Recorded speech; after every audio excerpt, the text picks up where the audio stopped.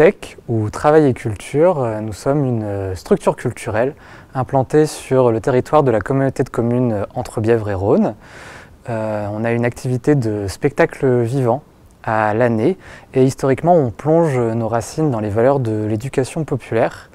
C'est-à-dire qu'on a à cœur de proposer la culture et de considérer la culture aussi comme un outil d'émancipation qui permet d'interroger notre rapport au monde, à soi et à l'autre.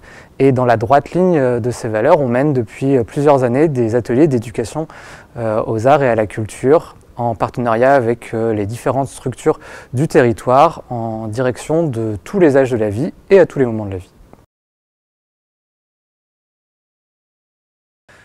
Partage d'œuvres, œuvres en partage, c'est un dispositif que TEC met en place depuis plusieurs années qui consiste en une programmation de plusieurs artistes d'art contemporain qui vont faire deux choses, mettre à disposition une ou deux œuvres qu'ils auront réalisées et qui circuleront tout au long de l'année dans les structures partenaires du territoire. Et dans le même temps, ces artistes interviendront en atelier d'éducation artistique et culturelle dans ces mêmes structures qui accueilleront les œuvres tout au long de l'année.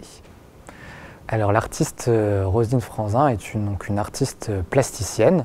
Ce projet va s'adresser ici à un public essentiellement de maternelle. On serait sur deux classes de maternelle dans une école. Là encore, c'est à affiner au cas par cas.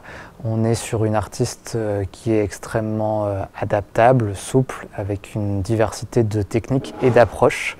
Elle peut donc aussi intervenir en hors scolaire, notamment auprès d'enfants de centres de loisirs. Je pense notamment à des 6-12 ans ou des secteurs jeunes. Là encore, on serait sur du temps plutôt de vacances scolaires à discuter et à construire. Le travail de Roselyne Franzin, il est assez remarquable. Je vous invite à aller voir sur son site.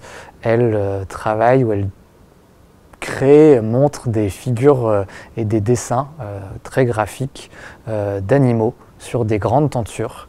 Elle procède par couches successives. Elle vient mettre du scotch et elle peint par-dessus et ensuite elle rajoute une couche de scotch, elle repeint, ce qui donne un effet tout à fait remarquable et qui fait surtout qu'elle découvre son travail à la fin de sa réalisation quand elle va enlever toutes les couches de scotch successives qu'elle aura mises sur sa tenture. Pour le travail avec les enfants, lors des ateliers, on ne sera pas forcément sur cette technique-là. Je vous invite aussi à aller sur le blog qu'elle a créé et qui est spécifiquement dédié à ces interventions d'éducation artistique et culturelle. Elle construit vraiment ses ateliers au cas par cas en fonction des envies, des besoins des enseignants ou des partenaires, ce qui peut donner un ensemble de résultats plastiques très variés. Donc là encore, ce sera à construire tous ensemble.